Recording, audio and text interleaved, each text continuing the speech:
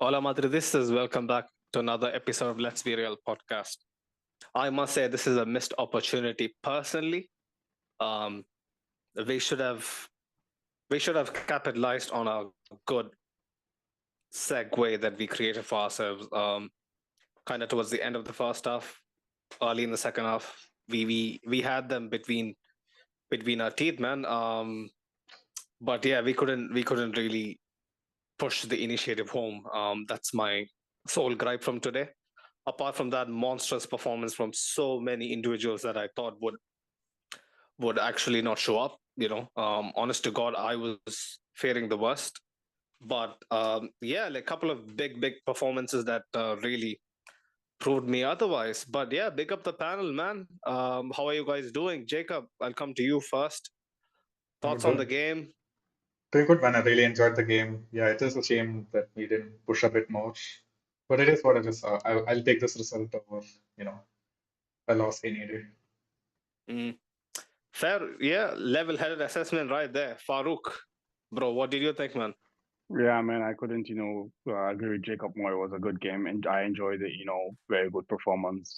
As you said, a lot of people that have been discounted. And I will just name check. Before we get into the shit, like Tony Rudiger was colossal, man. He was fantastic. Phew, So, one so of bro, the yeah, best performances at centre back I've seen in recent years exactly. And as in you in a said, one-off game. Yeah, we had them, in between our teeth. We just, couldn't finish the whole thing. But it is what it is, bro. Like, I'll get into why I think that is gonna be pivotal next week because I think that is gonna play a huge part in deciding who goes through, and I have a very positive feeling about next week, which I didn't have before the match kicked off. But yeah, we'll get to that. yeah.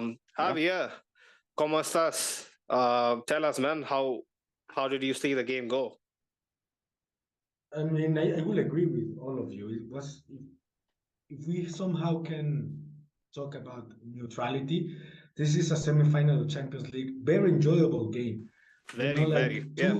two world-class teams, and they combine 25, 26 world-class players. I mean, we can ask for more in terms of like our sensations of the game, but it is a very good game to watch. It was a very fun game to watch. All individuals are top class, and it was a joy to watch. I mean, of course, I will prefer to win by 5-0, but I mean, I would watch this game for the sake of it, just for the enjoy the football. I mean, Mm. enjoy the football would be my takeout for this game. Yeah, man. I had just texted Steve. Like two bangers didn't disappoint, eh? And I'm pretty sure, like he would have been really, like feeling that his money's was worth. But from a very selfish perspective, what I said earlier, I would like to, like break it down a bit more. Um, the game began in a fashion that we were like too familiar with. Like we have seen that pattern of events so often over the past couple of years, especially under Carlo, that we all knew beforehand how we are gonna actually start off the game, and it was no surprise, man. At one stage, we had like what 24-25% possession. Farouk, you're one of Carlo's biggest, um, you know, like you probably would have thought, yeah, here we go again. But did the goal kind of change your mood a bit after that? Since we were so compact that we kind of made City think that they're comfortable, they can take the game to us whenever they could, because for large parts it looked that way. Um, would you fault Carlo for that, or was it just gonna be the case regardless of what you want to do because City was so dominant early stages of the game? Yeah, man. Honestly, like this is the one game that actually the goal changed my mood, definitely for sure. But this is the Mm, one game that I will never fault Carlo for, sitting back and soaking up the pressure because I think City is that one team that, I don't know, whoever plays against them will not be the favorite on the ground. Right? Okay, like the term underdog doesn't apply to Real Madrid in any situation, you understand? But we have to admit, like, we are not the favorites for this game. Like, City are in a more, better situation than we are. But, seeing what happened and, knowing how Carlo has always played, even considering the games last year, like, the way he started out, like, I had no complaints with that because that City was started what I out like expected. they were the home team, man. Farouk, Definitely, definitely. Even though we know that it's coming, when you see it in the flesh, like it's very hard to digest, man. Bro, Honest to God. I mean, bro, that's the thing. Like, it's just you just have to accept some things that these are the facts, bro. And as I said, like, we have seen games last year very similar. I would say to you, even in La Liga, we play against Sevilla like this, and I would always go back to that game because there was a fantastic Vini goal where he just did the R2 into the top corner in the 90th minute of that game, and it was at the Bernabeu. That's how we won the game. We were playing on the back foot, even against Shakhtar Donetsk last year in the Champions League. We played, with a deep block. You understand? So that's why, like, I knew that I was expecting that. You understand? I was expecting that City will come. And the thing was that I was, in the preview we were discussing, like, oh, is it going to be Fede as a, winger, come midfielder, or whatever it is. I was so happy that Rodrigo was there, but although he didn't perform, but that showed that, like, we would have those outlets, you understand? And I actually expected Rodrigo versus Akanji to be the, the key battle, but unfortunately it still remained, Vini and Walker. So honestly, like, the goal changed everything, but the beginning was honestly what I expected. The first 20 minutes, I wasn't even bothered because this was what I actually expected. And then the game, eased out and our guys start to ball and, really, like, it was a really good team performance, except for our attackers, honestly.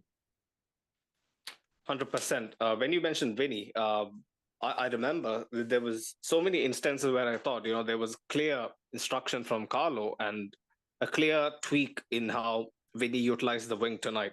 That is, he kind of went for the switch sometimes. Maybe sometimes he actually went inward. That kind of cost their defense to kind of guess what he's going to do next, which I quite liked. I didn't expect him to be so inverted tonight, but yeah, man, like you said, Vinicius is someone that we can bank our money on. Like, if we go back at least 2 years ago, like, I personally, like, didn't believe that Vinny would actually cut it. In this. Bro, even Vinny did not believe this, bro. Honest to God, like we'll actually realize how good he is only when he probably has a dip in form sometime in the future. I just pray not this season, but yeah, sometime in the future, like, because this is a pure sensational, vein of form that Vinny has managed to find in the most clutch part of the season. And I tell you again, Farouk, like, when we discuss about incoming players, what position are they going to fit into? I tell you, this crest, this badge, this camiseta, it brings in people something that other clubs, other kits, other anthems, other places can't evoke. I mean, it is a fact, like, because Definitely. you just mentioned yourself that Vinny didn't even think of this in his wildest dreams. That just goes to show what we can do, when the stakes are high. But actually, it just, sorry for interrupting, it just goes back to, the stupid comment from Bernardo Silva. I can understand all the comments that came out, but that was the stupidest thing I found. It was that the club is not winning trophies, the players are winning trophies. I mean, what the fuck is that? That's Jackson. That's Jackson. What the fuck that is just that, goes bro? to show. That just goes to show he's kind of salty. He was never selected to represent us in any stage. I don't know, bro. Instead, he plays for City. City's honestly, not a small really, club. But Bernardo is a player I've advocated for a lot on this platform. I've always said I want. Yeah, obviously he's a baller. Like, nobody's gonna question. Nobody's gonna question the abilities of Bernardo Silva. But I saw a tweet yesterday. Sorry, Snake. I saw a tweet yesterday that after the last year semi-final, Bernardo reached out to. They don't say the name of the player, but they say that Bernardo reached out to some Real Madrid player to say, like, hey, if you can ask in the directive to maybe I can join you, like, pure jealousy, maybe pure. There were some reports linking us with him as well, right? Remember? Yeah, definitely. Like I said, Bernardo is probably one of the best Man City players, and like I said earlier, if you ask anyone outside of the us or any non-biased fan, and Yeah. you say like, okay, tell me about top five center backs, top five goalkeepers, top five attackers. At least two or three of them would be a Real Madrid or Man City players. You Mm. cannot Definitely. ask for a better side to maybe a few here and there, like probably Mbappe and someone else. And Mm. at this moment in world football, not only in Champions League, like in world football, there is no other talent than Man City versus Real Madrid. This is top football. The Champions League final, either us or them, they will be the favorites by a landslide. I mean, like 80% favorite. Whoever passed this semifinal, this is the the the top of football. This is Yeah, this Mount is the creme Everest de la of creme. football. Like Yeah. we can all see even before the build up started. Like this was supposed to be a final. Like that was what was everyone's. That was what was on everyone's lips. Basically, they just knew the sheer amount of quality, the sheer amount of experience among both sides. It's going to come out like eventually. But let's get into a few comments. Like there's over like 30 of you, 30 odd of you in the chat. If you're new here, yeah, you know the drill, man. Don't forget to subscribe. Don't forget to smash the likes. We are on the road to 1K. So yeah, man. Any love is very appreciated. Um, did I miss a few comments? Oh, I don't know. You haven't read out Lolo any? was sorry. Yeah, Lolol's comment is the first. Was that the first? Fair enough. Yeah. Yeah. So he was. Lolo is back. He's saying, "I told you, Rudiger will pocket Haaland. Anyways, Vinny will win us the next leg. They can't stop him." This reminds me of the Bayern leg few years back where they couldn't stop Bale. Yeah. Yeah, Good shout. that is Good the shout. rallying. That is the rallying cry that I kind of post on our preview with Steve.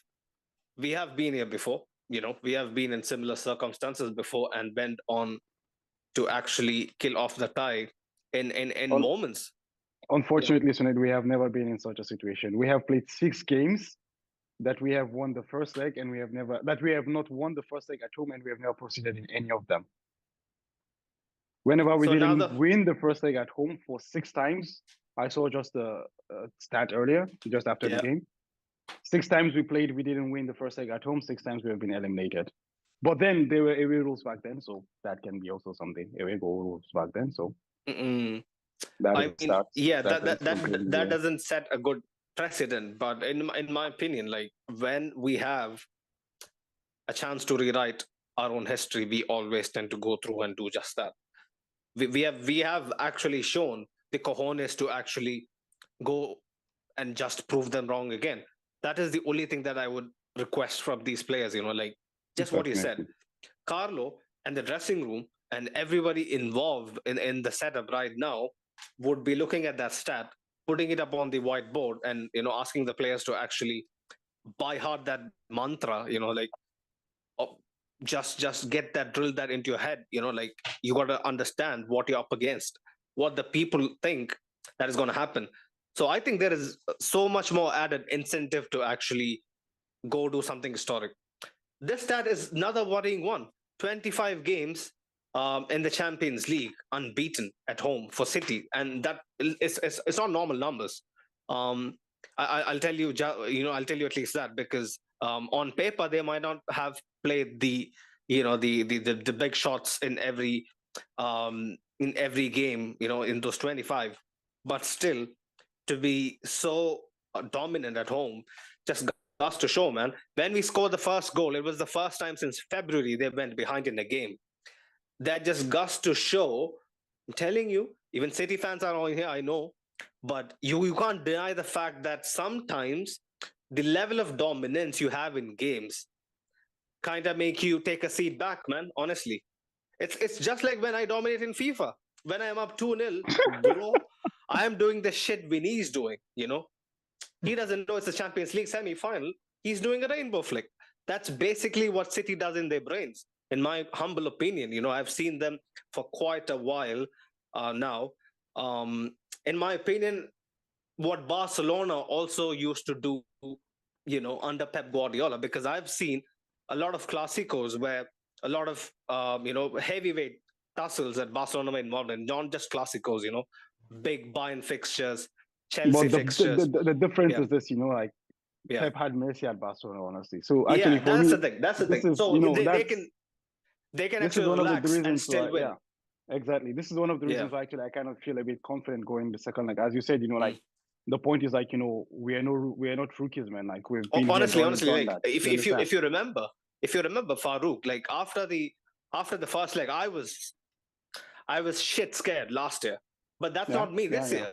Even without having a better scoreline, us being at home and whatever, I should be feeling a lot more worried than last year, which I'm clearly not. I can just see that I'm a lot more calmer because I didn't expect the level of control that we had in this game. Yep. City fans can probably say they let us have control and probably save their energies, their batteries for next week and the tough away trip to the Merseyside. But still, I'm telling you, these players were there for the taking. We didn't. Next week, if we get a chance, regardless of what pitch we are playing on, I'm telling you, these boys, they'll corner them. And the way that City started pissed me the fuck off. I would need to get into that. Before we move on any further, because it reminded me again. I'm going back to the FIFA thing.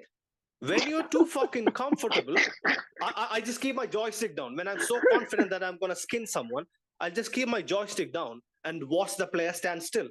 So the other guy is also waiting for me to make a move. He's like, oh, so he's standing still. Let me stand still. So that's what Rodri was doing. And then I saw him trying to sprint. And boy, oh boy, Rudiger out of nowhere, sticks out a foot. Boom. That's it. So I saw a level of composure, calmness that I haven't seen in many of these players all throughout the season. That just goes to show when the stakes are the highest, something goes off. Something goes off positive within us. You to talk about Camavinga again as a fullback. I remember go for it. You were saying, man, Sunil, let's throw you under the bus now. You were saying no, Camavinga as a fullback in this high stake matches. No. Yeah, second leg, I don't think he needs to start because I think one game. Come on, he should start.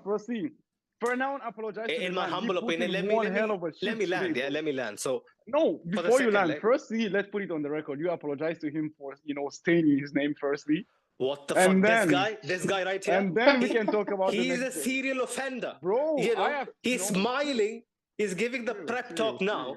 This guy is a serial offender who used to think Camavinga is not going to cut it at our club. Now he's preaching, yeah. Whatever that is, whatever. The thing is, I have told you, really, Camavinga as a fullback offers a whole different thing. Honestly, he was brilliant. My God, I understand. Like if it was Mahrez, maybe it might be a different proposition because I don't know. But honestly, today he was exceptional, bro. He was fucking exceptional, man. There is something. Go on. All of you guys can agree with me that in terms of defending in the defense for the next game, it's Camavinga plus other three in the defense. Yep.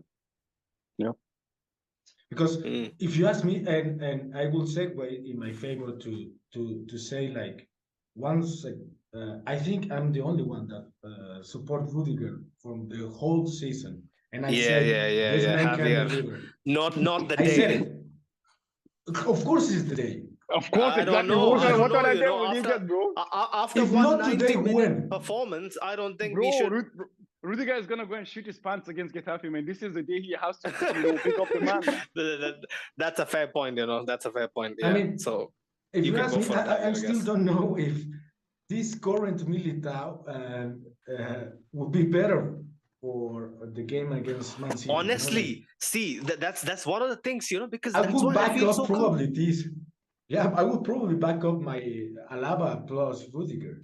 Yeah, honestly, like because that is another reason why I feel so calm about the whole situation. Because before the game kicked off, I thought, Because you expect Haaland to destroy us, and after 90 minutes, you saw that didn't happen. I'll also tell you, did bro. Haaland play? He could still destroy us. Don't get me wrong. He could still do it. Yeah, I'm telling. See, Rudiger did a very good job. I was thinking before kickoff, he was a band-aid to kind of stop the bleeding and help us safely to Etihad, bring back Militao, see out the game. Yeah, but after his performance, I can assure you that I was super impressed by the level of composure, aggressiveness. Like he could have easily passed off responsibilities so many times, but Rudiger said, "Nah, I'ma do it myself." So I was super impressed. But I'll tell you something. See, I'm not a striker. Yeah, I'm not a striker. I haven't played professional football at the highest level. I haven't even played five-a-side for long enough. Yeah, it's obvious, man. You don't need to explain this. Everyone who sees you knows that you're not a professional footballer. Okay, fuck off. Yeah, Farooq, now is not the time. Yeah, now is not the time to rattle me. But what was I gonna say? So Haaland. Yeah, like from a striker's perspective, his positioning was all wrong. I'll tell you that. When he was supposed to run near post, he sometimes drifted off into the middle because he wasn't confident of taking on a man the size of Alaba. Sometimes I was bewildered. So for me, Haaland could have done a lot of things better. That is testament to how defensively compact and solid we were at the back. Like our concentration didn't dip at all. Like apart from the goal that we'll get into, where I thought a couple of players should have done so much more better to stop, De Bruyne having so much space. Yeah, man. Like Rudiger, Alaba. At this point, if you ask me, I'll go with the same duo next week. Like I would have never imagined myself to say that, but I think like after this tremendous performance, I think they deserve it, man. Honestly. But a few more comments before we move on. That is the great was saying, so angry. It's as simple as that. Yeah. Angry for the fact that, like the caption on our thumbnail says, like I feel like it's a missed opportunity, David Diaz is in the chat. He says Madrid had to win this like City. Lol is saying we also got robbed. It's been confirmed the ball was out anyways. I don't know which incident, because there has been a few comments. It was the Bernabeu. It was for the goal. Yeah. Like, Vini actually thought the ball was out. I think both Vini and Camavinga actually thought the ball was out, and they actually stopped playing, but the ball wasn't out. Oh, yeah. It led up to the goal. Yeah. On the near side, right? Yeah, I remember. That's the reason that Carleto gets a yellow card, because he protested that play. Exactly. And even after that, I just saw a press conference in Spanish that the reporter asked Carleto what happened and said, like, for me, it's clear as day that the ball came out. And I said to him, like, come on, you need to check it out. And even after that, I don't know if you guys saw in your transmission, but the ball touches, I don't know, I think it's either Stones or Rodri, his hand. Stones. Just before that play. So I remember.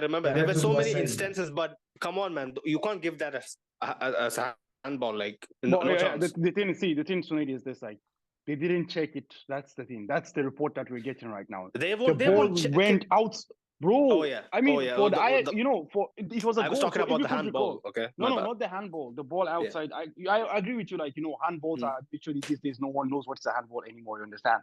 For the ball going out, I think Carlo is within his right to get mad. At least check it and confirm. Like, I have technology. 100%. Like, we can feel grief, right? Like, but remember when Javier was mentioning the Dortmund penalty that wasn't given or something. I'm telling you, we can't rely on a few pair of eyes to bail us out. I'm telling you, we got to do our job better. The ball must have gone out. Yeah, in hindsight, it looks like they fucking robbed us. But I'm telling you, we could have defended that action. That sequence of play better. That's the line I'm trying to put to you, Sunil. The point is that the players thought the ball had gone out, and if you actually see the posture of the ref, he was also about to blow, and I think he was looking at his linesman. The linesman didn't lift the flag. Both Vini, I'm not sure if the other player was Camavinga or something. It was Camavinga. He was Camavinga. the both of them just stop playing and they let the ball go. You understand? Yeah. Maybe it's just hindsight 2020. You're right. Like you can't try to was Puknik or anything, but I'm just saying that the point here is that the lack of defensive action all started from there because the ball had gone out. You understand? So And it's just do you within our remember, rights guys? to check it.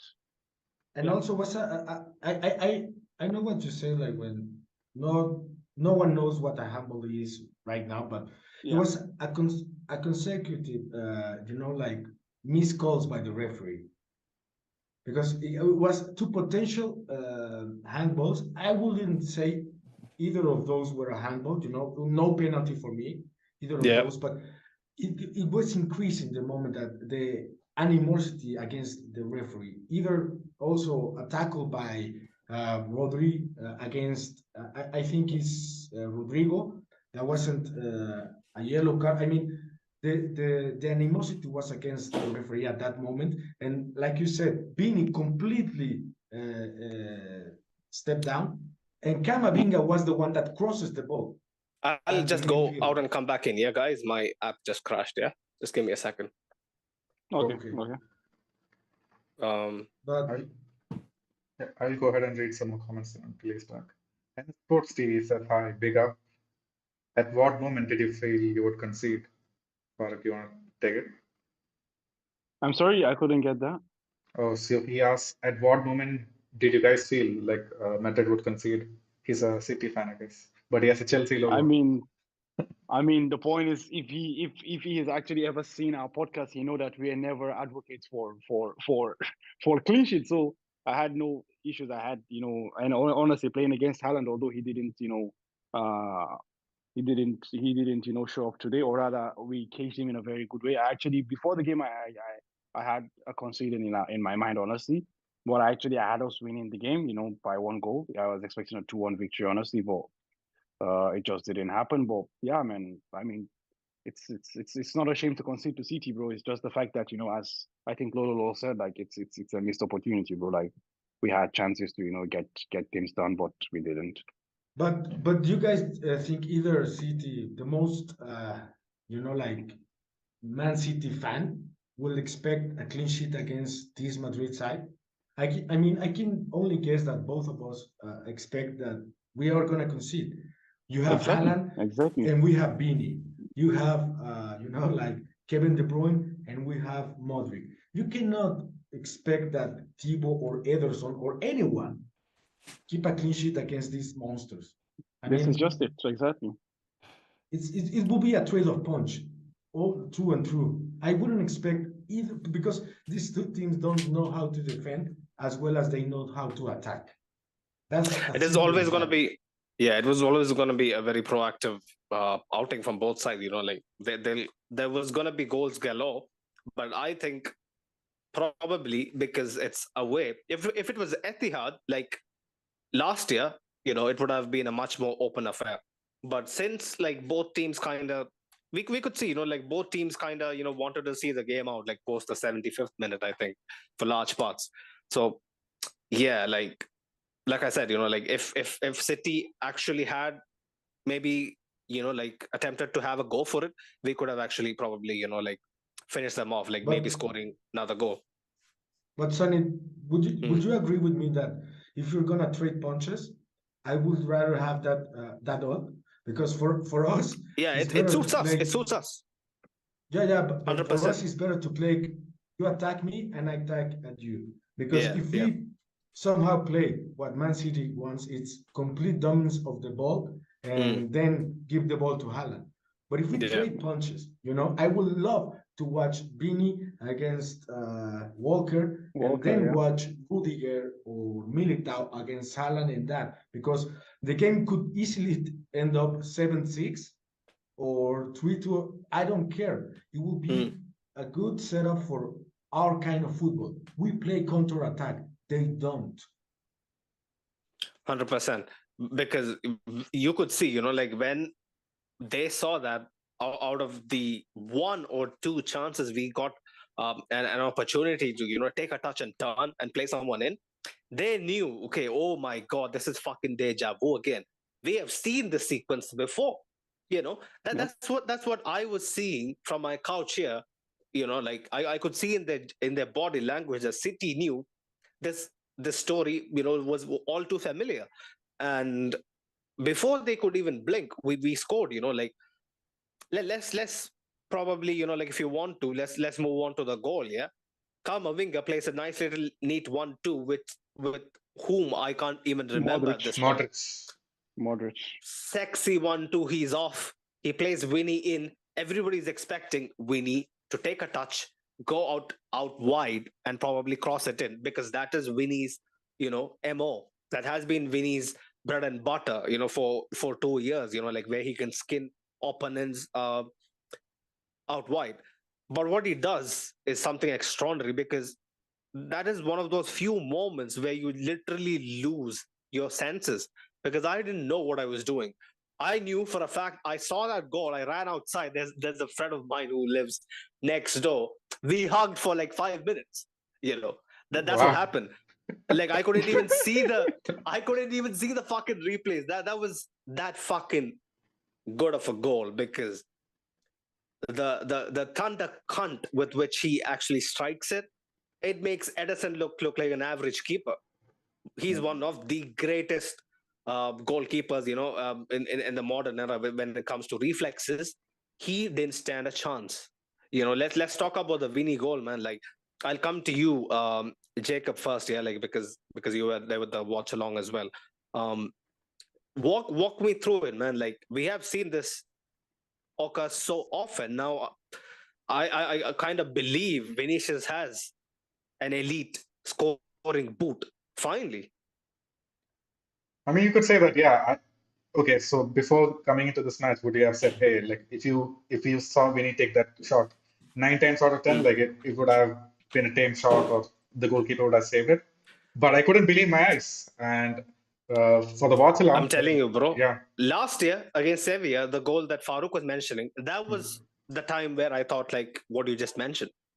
Because fast forward 12 months, if you see that couple no more man. times The point over the is, season, maybe Rodrigo and Benzema, you can expect them to score from that position, but not really, man. Like I did not expect it personally, I didn't and expect it, I'll be honest, yeah. yeah, and I But was just it's becoming more and more convincing. yeah, that's true. And I was just waiting for Doris's stream to catch up so I could like celebrate with her. I was already up on my feet and couldn't just believe Right, how it went in. right. Yeah, big up you, man. Big up you for not spoiling it for her, because she is doing an absolute grind thing, like um doing the watch along is not an easy task, especially when you're not the one who is handling the streaming and whatnot. But yeah, man, big up Doris. Javier, Vinicius, can you say that he's level with Mbappe in terms of the most Mbappe and Haaland in terms of the most pivotal? Yes. As easy as Come on. No, sorry. Let me just finish. No, Mbappe is not at the level of Vini.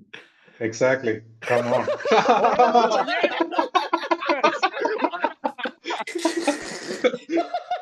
I was like, okay, fuck. Some maturity from the oldest guy among us. Like he's providing some much needed wisdom. But Javier, bro, you're gonna get us in trouble, man.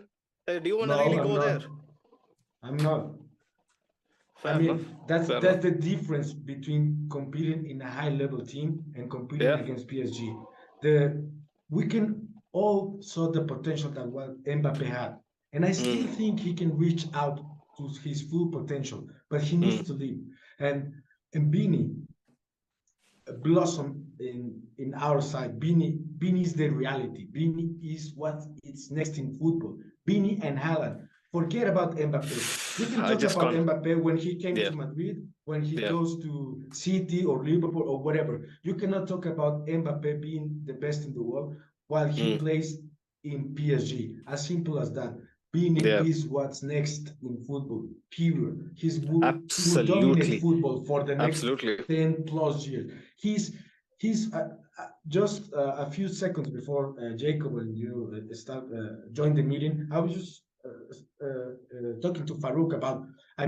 Bini is at this moment one of, if not the Ballon d'Or contender, in my humble opinion. I'm biased. If he Of actually, I'm course, I'm telling you, if biased. he actually goes through and wins us the fucking Champions League, like there is no doubt, like there can't be a, like a Come on, man. conversation had, like They will apart from still Messi. somehow manage to give it to Messi. Messi, we know. But if Messi wins it outright and Vinny comes second, we all know what happened in reality. Yeah. Yeah, that Messi would winning it be for a month in Qatar, it's in the script, unfortunately. not even a whole month, But 3 weeks, guys, yeah. I just checking Twitter and they say like completely support our opinion. The ball was out. Being Sports can prove that the ball was out at the Bernabeu's goal. They say BR cannot interfere with that play. Okay, but maybe they should because the ball was out. Vini was out of the play. We can talk about anything that we want, and also probably that will be changing the future because it's a crucial moment in the game. When the ball was out, at the same regard as the Falcon Eye or whatever it's called, that when the ball crosses the line, it's outside, and we need to. I know the goal line decision system is there, so it should only be a few more sensors and whatnot like to be placed all around the touchline. I mean, it is going to surely get there, but these guys are learning on the job. Like you can't. That's why I tell you, like, yeah, Bro, you can. it's not learning. We have seen this before. Let's not forget Ajax.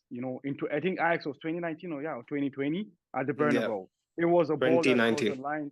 There was a ball that crossed the line before they scored. They went back and checked this, and they checked it. You understand? So this is the thing. They checked it. It means that they can check this, but they just chose not to check it. They are two different things. You understand? Yeah. It's either you can check it or you choose not to check it. They specifically, consciously made a decision not to check it. So I totally understand you. Like, it's even more adding insult to injury. Like Farouk said, they chose not because everyone at the Real Madrid side was asking to check that decision. It's not that for the entire squad of Real Madrid goes. They don't saw that the ball was out. It made Vasquez so angry. He was speaking fucking English. I remember to the fourth official. Everyone saw at that point, like it just goes to show. Man was livid, man. But see, this is the thing. Yeah, like I'll tell you. The reason why I myself, as the host, most often, I don't encourage to have these conversations is because it is out of our hands. That is my personal opinion on this. Like I get how grieved you can feel, like after being on the receiving end of such decisions, from time to time. But spending time on it, breaking it down, what is the fucking point? Like honestly, let's just get into a few comments because there has been quite a fucking few, man. Like we need to go through it before we move on. Right. NS Sports TV says, oh no, hi, we went through those. So start with the UU I2 I4U's comment. Is it his first comment? The second one. Second one, yeah. So we got what we came for, a draw. So he's a City fan, yeah. Yep. Fair point. Even Steve was saying, like in his stories, if I remember, like after full time that got the job done. So yeah, I'll just stop it at that. Like let them have their moment. Let Steve have his moment. Let the Blues have their moment. Like they think that getting a draw at the Bernabeu is a win. I'm happy with that. I'm happy with that. Right, Stan SS says how the hell is De Vrij a man of the match though? I have no idea, man. He didn't look even entirely fit. I think he was struggling for a bit. Right. I can't pronounce the Hindi. Oh yeah, I can help you with What that. is that name? It's Kundan Patil.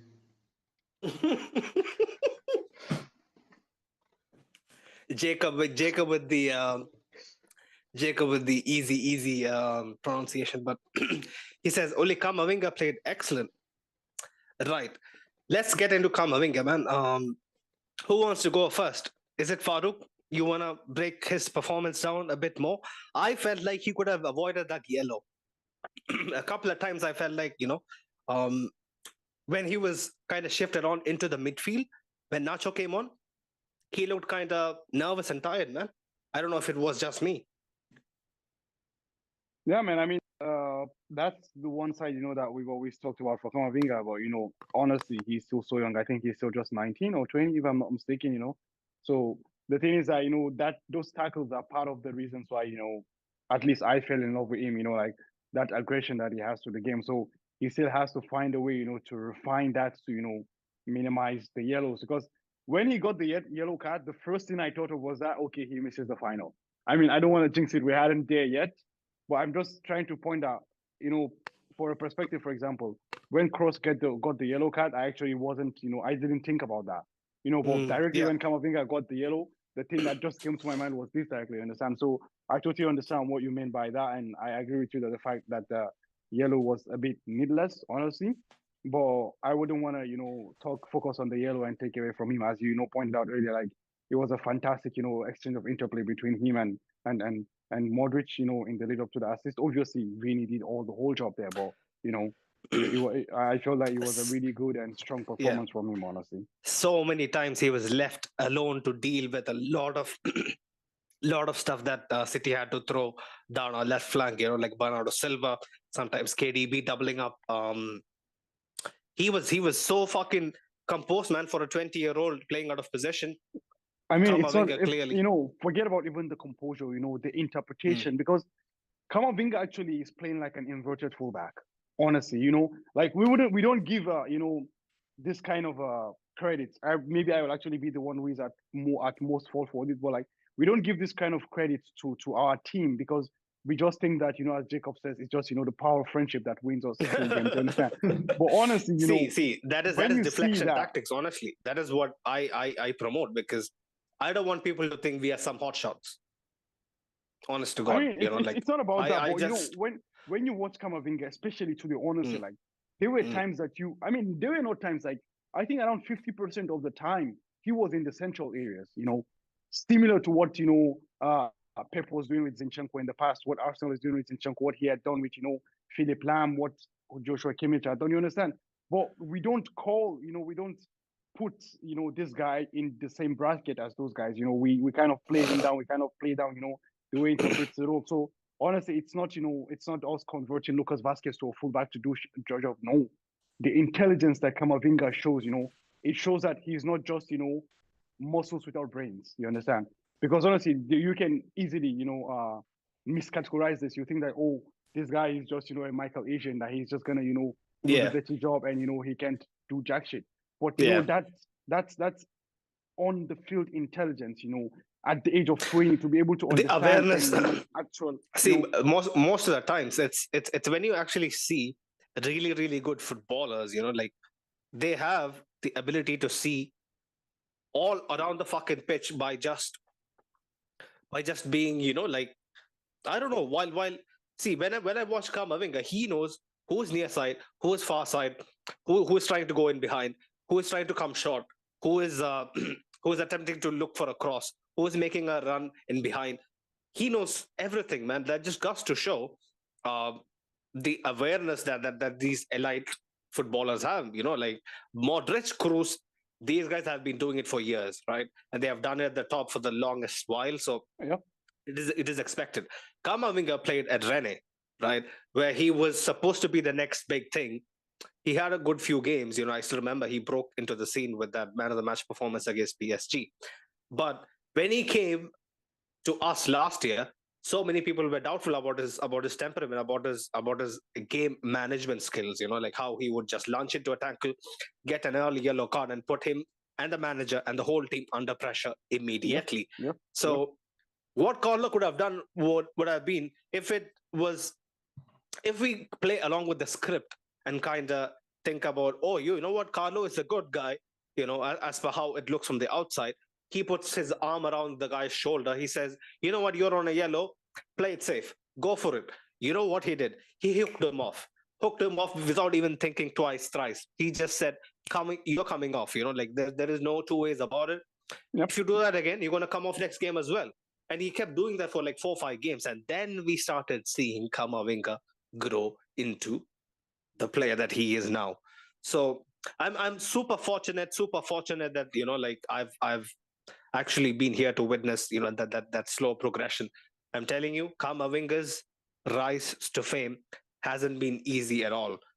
Settling in hasn't been easy at all. He had to he had to put up with a lot of expectation. Obviously, the price tag is low, but the expectation of hitting the ground running, competing for places with some all-time greats, it's just a massive achievement for someone who is like only 20. There's still lots more to come from Camavinga. Go on, No, Javier. Sonny, you Yeah. can. I just thinking about what Farouk said, and I agree with him. Like, come on. Like I said, for the Man City game is Thibaut, Camavinga, and Vini plus everyone else. So the freedom that Carleto gave to Camavinga is like, okay, you're gonna be a left back in the sheet, but in the pitch you're not. In the pitch you are whatever the fuck you wanna be. And he did. I don't know if you guys remember, but a few plays in the second half, especially when Camavinga goes to the middle, and it was either Tony or Luca because they interchange that position. Yeah. They goes to the left back position to cover Eduardo, and Eduardo end up the play right by side to Fede, completely to the opposite side of the football pitch. And like I said, Carleto said, like you have the freedom to do whatever you want, just the awareness, like you said, the awareness that okay, who's gonna cover me? And if you have two of the most intelligent players in the world that cover for you, great. And then the understanding that he had with Vini, another player that Carleto said, okay, you're gonna play in this, but Vini has the freedom to do whatever the fuck he wants.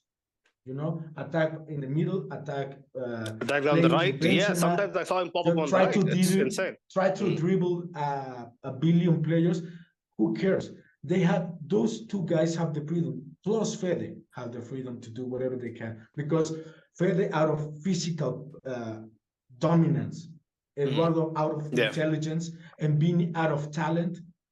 Those three guys can move on to the whole, whenever they want. And the other players like Karim, like Luca, like Tony, or even Alaba, they can cover those gaps. Half spaces they leave behind.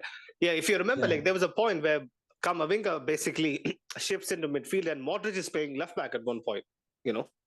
So actually, you see, actually saying what Javier just said here is what summarizes on this. You understand the whole progression that Camavinga has. Honestly, as a young midfielder, trying to break through, trying to make it in this game, I think there is no better mentor for you right now in this game than Kroos and Modric. And also, let's not forget he played with Casemiro last year. You understand? So 100%. This is the thing. Like it comes like like we have short memories or like we've forgotten what Mendy offered to the team or like thereof. But Mendy can never ever interpret positional play like this. Never ever. He doesn't just even. I don't know. A little too harsh, man. Honestly. Bro, it's not about being harsh. He cannot interpret it. I've always said this. Mendy is the best defensive fullback in the game, but that's just it. Not in more. You understand? But interpreting of the play like this, bro, not even Mendy, man, even Carvajal cannot interpret play like this. It's not about shitting on Mendy or lack thereof. The interpretation of the game as such, feeling when you see Tony dropping in, you stepping up, feeling in the position. No, this is not it. You understand? And this is not the role of a conventional fullback. You can name the best fullbacks 100%. in the games, man. You understand? You can name the best fullbacks in the game. I completely understand the tactical nerves that you're kind of lauding Camavinga about. But I'll still put my heart on my hand and my hand on my heart and actually mention that Mendy, if he's fit, when he is in his rhythm, he's unplayable. Honestly, sometimes some games. So even Camavinga was almost unplayable today, man. He according to me, Mendy can probably do the last ditch tackle, do the last ditch defending, like even headers. Intervention, yeah. Yeah, even Yeah. headers, interceptions, he's probably better at the left back position. But Camavinga, according to me, is like almost the best tackler in the world right now. You know for a fact, The- every time he went to like go to Bernardo Silva, he got the ball. There's no doubt in my mind that Bernardo Silva would be able to dribble past so him. many 50-50 challenges where you would think Camavinga hasn't got a fucking chance, where he's bound to get a yellow at that very moment. I'm just screaming at the screen, bro, why are you just, throwing your legs around? And then he wins the ball, so that goes to show, this guy's reading of the game is super, super elite, like if he was actually a midfielder in the Premier League, they would be fucking essays, they would be fucking PhDs, being sought after in his name. But can we all agree on that he's gonna win the Golden Boy, that he was robbed last year? But I don't give a fuck about Golden Boy, honestly. Like, that's just me. I don't care. Like, he proved himself to the whole of fucking Europe, by changing games. I mean, he's gonna every win fucking stage of the Champions League. So what more do you need? What does Actually, the Golden Boy do? Javier, I think I don't know what it will be, but I don't know if Alvarez is also due for that. Yeah, how old is Alvarez? I'm not sure. Alvarez from City. Farooq, do you really care about the Golden Boy? I mean, it's not important, honestly. But then, it's just I don't know, a badge. It is just unnecessary distraction. Let them win whatever they want, man. Honestly, give away the Ballon d'Ors. I don't care at this point. Karim Benzema got his deservedly. I'm happy. I can die peacefully at this moment in time. But what it comes down to is us doing well in whatever stage we are put through. True. True. I'll only hold Camavinga to that.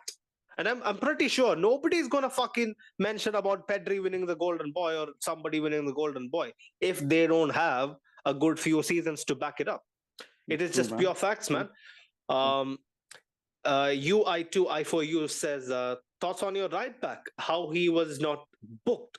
Jacob, if you can find the comment, it's pretty way back up. Got it. Yeah. So Daniel Carvajal, right? Let's get into it. In my opinion, obviously he knew it, we knew it, they knew it. He was gonna have a tough game, right? There's no two ways about it. Grealish is on very, very good nick. You could see, like Grealish now has a maturity to actually take on the pressure that comes with wearing the number 10, being the main outlet on their left hand side. He's kind of embracing it, and I see, like, even though I don't personally like Grealish that much, like, it's nice to see that people are actually balling out, in the personal, like in their trajectory, like they have been good. Like, I can appreciate Grealish for that. But in my opinion, Carvajal still had the better of him, where in instances I thought Carvajal is gonna fucking shit the bed. I'm being honest. That's why I whenever we have this conversation about Carvajal, I would kind of give in to your guys' intuition that he is way past his best. He's out of his depth. Like, he's no longer top right backs in the world and whatnot. When it comes to big games, we often remind people this man has a knack of getting it done. Jacob, like, do you think Danny Carvajal had a good night? And do you think that he would actually, like, he can actually look forward to the second leg and say, hey, like, I dealt with them fine. Etihad will be a little more hostile for sure. But if I stand my ground, I don't think anybody can get past me. For sure, man. I don't think any Real Madrid fan thinks Carvajal in these big games, he's not past his prime at all. He saved himself for games like this. And, well, for the first 15 minutes, he looked very nervous playing. The whole team was kind of. Yeah. And Grealish got past him. They were. Got put in a couple of dangerous ones at that. And that was just it. Beyond that, Carvajal some of those combinations with Rodrigo Fede down the right. Oh my God! Like, this guy, sometimes I wonder if Carvajal can like, if he wasn't a right back, he would have done a job as a midfielder despite his height. Sometimes I see his first touch and his second Bro, touches are I brilliant, rem man. I remember one instance where he like that is one thing. Like his attacking is we talked about Camavinga, right? He can cut in, Yeah. and then even Carvajal has a tactical know-how to progress the ball up the pitch. And at in this game, I even saw Carvajal cutting out passes and headers from fucking Haaland, bro. So Yeah, that yeah, that's yeah, the yeah. level where he is in the bigger Mm, games. mm, mm. 100%, like Dan Carvajal might not be the best of the best, but like, and thoughts on how he was not booked? Come on, man, those are basically tactical fouls. Yeah, and an elbow at the back of your opponent. We have seen that so many times before. How many times has it been actually been awarded with a yellow? Unless it's something that what Harry Kane does, which is borderline, like homicidal. That is a different Man, but spectrum. don't you remember Yeah. the last counter attack that City had and Carvajal almost connected with who was it? I think it was De Bruyne who was bringing the ball forward. He tried to break Do a like Valverde, yeah. he tried to do the exact same thing that Yeah. Bernardo tried to do against Pini a few minutes Yeah, back, yeah, yeah, yeah, and yeah, he yeah. Mm. kicked in the air, but they don't connect. I mean, if you ask me, Carvajal should be booked, yes, but also Grealish in the first tackle against Rodrigo, Yeah. he almost injured both. Mm. So yeah, the referee is a very Champions League referee. Like let them play until they don't.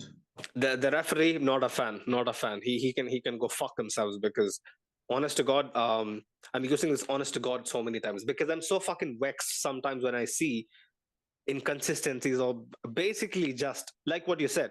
Yeah, you should be allowing the game to flow and whatnot, but you can't just be a bystander.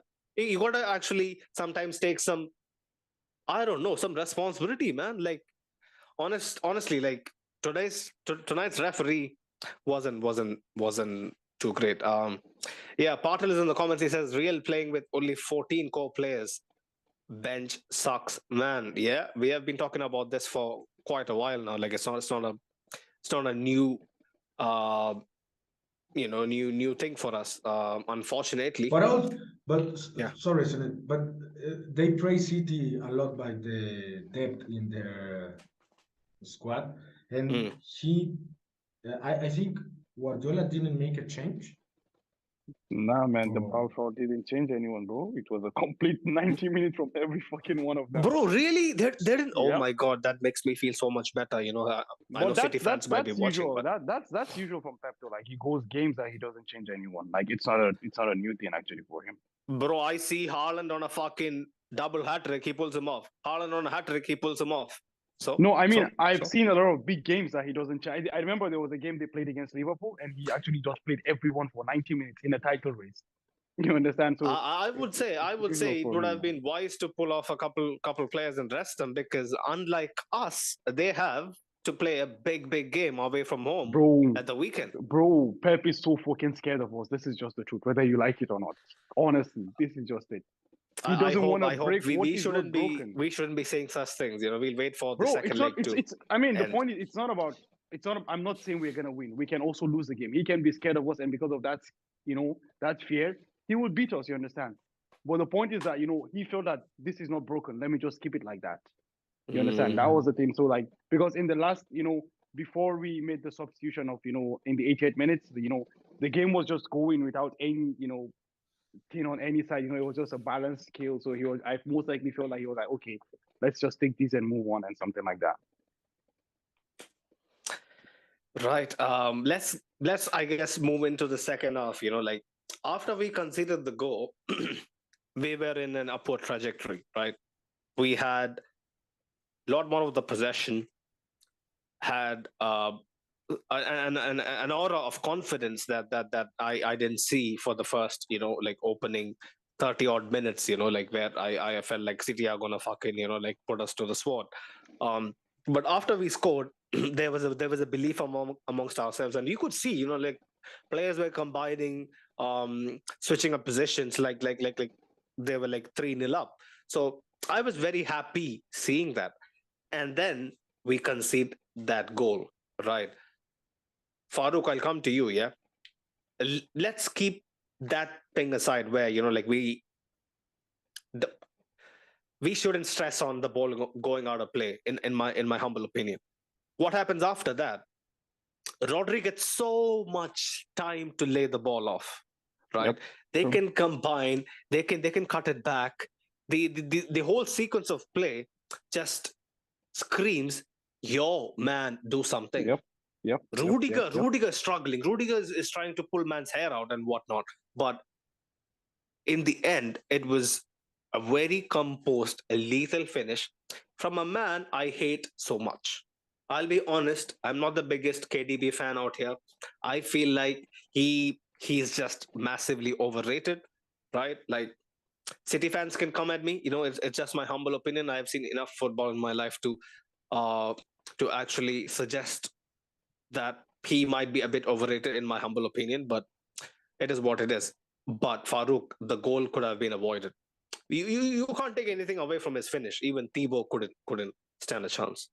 Let me first say, like, I totally understand what you mean by overrated. But one thing I actually came to understand, after last year was that similar to the Van Dijk guys, is that we live in the age of social media that everything is so easily dispersed. You understand? And we also have recency bias as also. That's why everyone's gonna start comparing fucking Van Dijk to the likes of Rio and John Terry and Vidic and all those. And I think it's similar for KDB as well. I personally love him, but the people who support him are so crazy and stupid, and they bring us stupid. I hate him only because of the hype. Yeah, I mean, I can KDB. Understand. Honest, I can understand comparing KDB to Modric. I can understand that, and I can respect that. There's an argument there. They're not on the same. They're not on the same planet. Bro, when you start comparing KDB to Zidane, man, I mean, then I'm sorry, but I will not. I will not take slander, bro. Like, there is a limit to everything. But anyways, that's away from it. Honestly, Sunaid, I don't know, man. I just feel like, that goal, we cannot analyze it without not analyzing the referee's decision. But away from that, once the ball, went back to, I think it was Gundogan, right? It was Gundogan who laid the ball to. Yeah. No, it was Rodri. It was Rodri, right? Sorry, okay, it was Rodri. I'm not sure. Rodri, my bad. It was Gundogan who laid the ball to at the edge of the box. It was Rodri gives it to Gundogan. Gundogan gives it to KDB, right? That's how it went. Exactly, like KDB went with the. I think Grealish was in that also. Grealish was in that as well. So the point was that I think the ball went from Rodri to Gundogan, then Gundogan to Rodri. Gundogan to Grealish, Grealish back to Gundogan, and then Gundogan to KDB. When the ball got back to Gundogan for the second time from Grealish, I swear to you, Sunil, I was praying. I swear to God. I swear I was praying because I kind of had the vibe that something was going to happen there because I just, I don't know, because I just felt like we had totally, the left side of our defense, which was Vini and Camavinga, they had totally shot out of the game. And here you have, 5 attackers right in front of you. I wasn't expecting the shot from KDB, honestly. I was expecting, one of those passes that all of a sudden you will see Haaland in front of Thibaut and what's the rest is.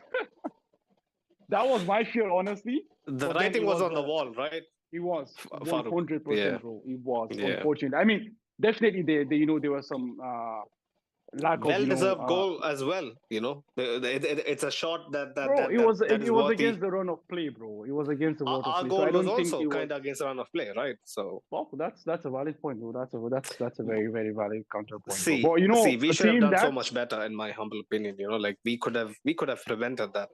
We could have prevented that. See, Sunil, this is the problem you have with when you have a player like Haaland or the likes of Benzema on the pitch. Yeah, your attention. You're totally so scared of them because the point is, I feel like, for example, Rudiger might have been a bit more aggressive in that case, for example. But the point is, it goes back to my initial point. If Rudiger was a bit more aggressive, it's a simple ball to Haaland. Yeah, he just puts it through on a plate. It was it's a play that requires a specialist, like Casemiro or Tchouaméni. Because, like we said, Tony was played out of position, and this is the kind of place that we need a CDM. It's 100%, not the fault 100%, of anyone. It's not the fault of anyone. Either Tony, Lukaku, you name it. It's not the fault of anyone. But this kind of place requires a specialist. Specialist CDM, 100%. Yeah. Actually, Like- that's totally right. Like these are the kind of things where you see a player like Casemiro come out and. I mean, you might say Chouameni, but the point is, I also go back there that I haven't seen enough. Jacob, mute your mic, man. The dogs, bro. Who let the dogs out? Yeah. Already muted in OBS.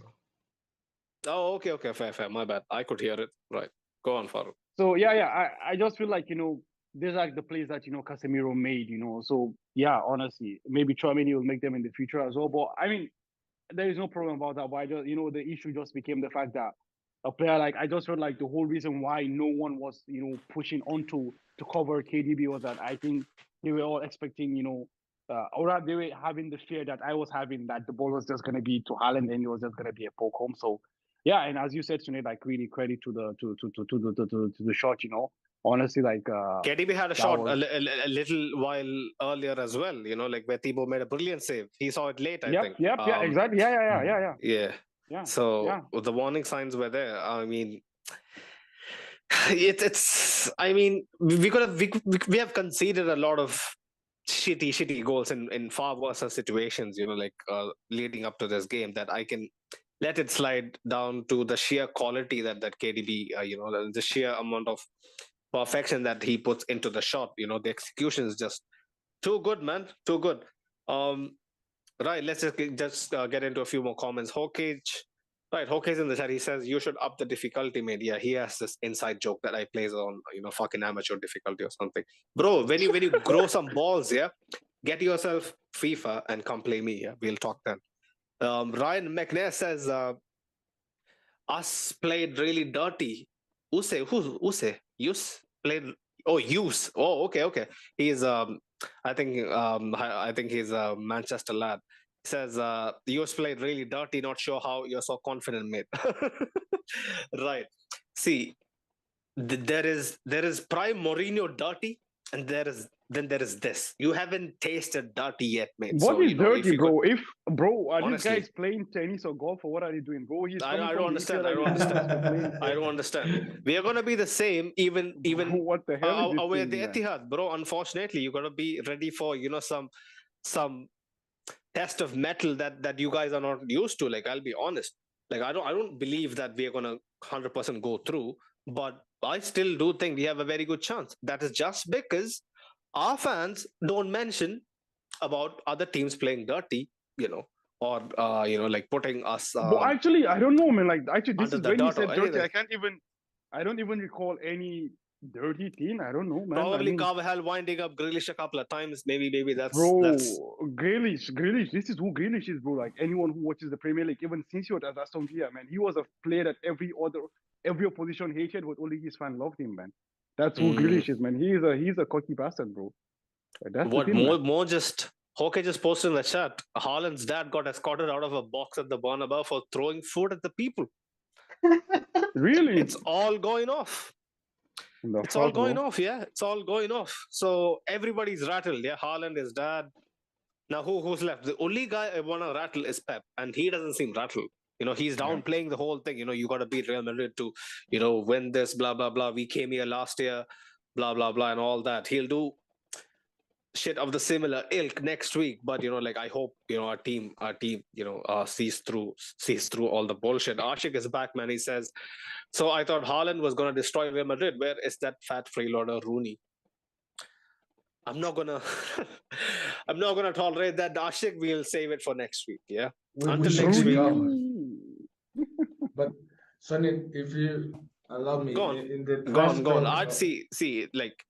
The amount of shit that we need to... We shouldn't switch on the stuff before we collect the food or the ingredients to cook, yeah? That's my only thing. Haaland was anonymous for large parts, but bro, this man doesn't need even half a chance. Do you remember that Alaba tackle, man? If he doesn't pull that off, it is a goal. I'm telling you, that is a goal. Yeah. Like, I don't think Thibaut is going to do anything. So, he had his chances. We dealt with him well.